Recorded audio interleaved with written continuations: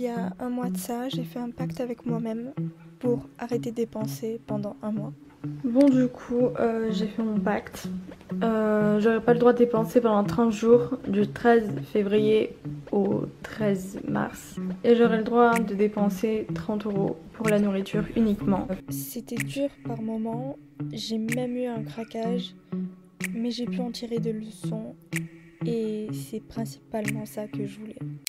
Les 3 premières semaines se sont très bien passées. J'ai juste dépassé mon budget en nourriture de 11 €. Donc ce qui fait 41 € dépensés dans la nourriture au lieu de 30 €. Là, il ne me restait qu'une semaine, la dernière ligne droite, pour réussir mon mois sans dépenser. Mais j'ai craqué. Il est temps de montrer la raison pour laquelle j'ai complètement niqué mon pacte. J'ai niqué mon pacte pour ça. Le MacBook Pro. J'étais obligée, il était en promo. Et du coup je me suis dit ok c'est le moment, peut-être qu'il va plus être en promo. Et Apple c'est cher.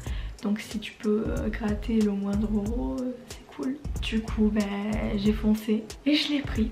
Voilà. Et en vrai je le regrette pas.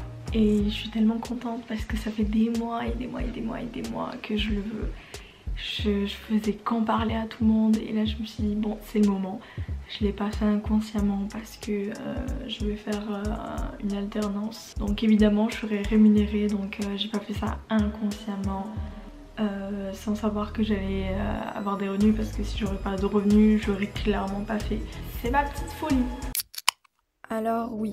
J'étais vraiment heureuse car pour moi c'était vraiment un investissement, mais il y avait toujours cette partie de moi qui culpabilisait d'avoir craqué et qui avait peur de décevoir.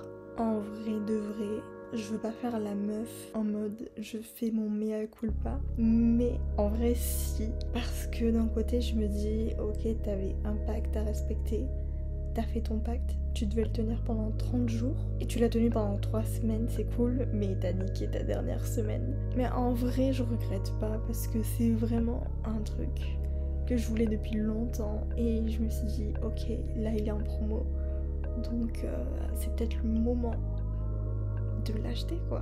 Et en plus, comme une gogole, j'avais posté une story en mode j'ai niqué mon pacte sans dire pourquoi. Et du coup, les gens, ils étaient en mode ah ouais. Tu vois, genre, je me suis dit, j'ai peut-être déçu des gens parce que j'ai pas respecté ma parole. Et c'est ça qui me fait mal parce que je voulais montrer que j'étais capable de respecter mon pacte. Et en faisant ça, je sais pas, j'ai peut-être un peu prouvé le contraire. Mais je me dois d'être honnête parce que j'allais pas dire ok, j'ai respecté mon pacte alors que non. Mais en vrai, ouais, je regrette pas parce que, ouais, comme je l'ai dit, ça faisait un moment que je le voulais et c'est trop une bonne occasion pour m'améliorer au montage et tout. J'ai encore beaucoup de trucs à apprendre parce que je viens à peine d'avoir le logiciel et j'ai monté cette vidéo en une semaine, en quelques jours parce que déjà les 2 premiers jours, j'ai grave bossé sur comment ça marche. C'est hyper complexe. Avant, j'étais dans un terrain de gosse quoi, avec mon ancien logiciel. De toute façon, maintenant c'est fait et ça sert à rien de me blâmer car c'est passé. Et en vérité, je regrette pas. Je pense que la seule chose dont j'avais vraiment peur et dont j'ai toujours peur, c'est le jugement des autres. Et surtout la peur de perdre la confiance des gens, que ma parole n'ait aucune valeur. Je crois qu'il n'y a rien de pire pour moi. Bon, pendant ces 3 semaines, j'ai quand même pu en tirer des leçons de ce pacte, de 3 semaines du coup. Déjà, premièrement, je crois que je l'ai déjà dit dans une vidéo, mais en fait, arrêter de dépenser pour moi, c'est arrêter d'être à la quête du bonheur matériel et se concentrer vraiment sur ce qu'on a actuellement et vraiment apprécier sincèrement ce qu'on a, parce que je pense que c'est ce qu'on devrait tous faire.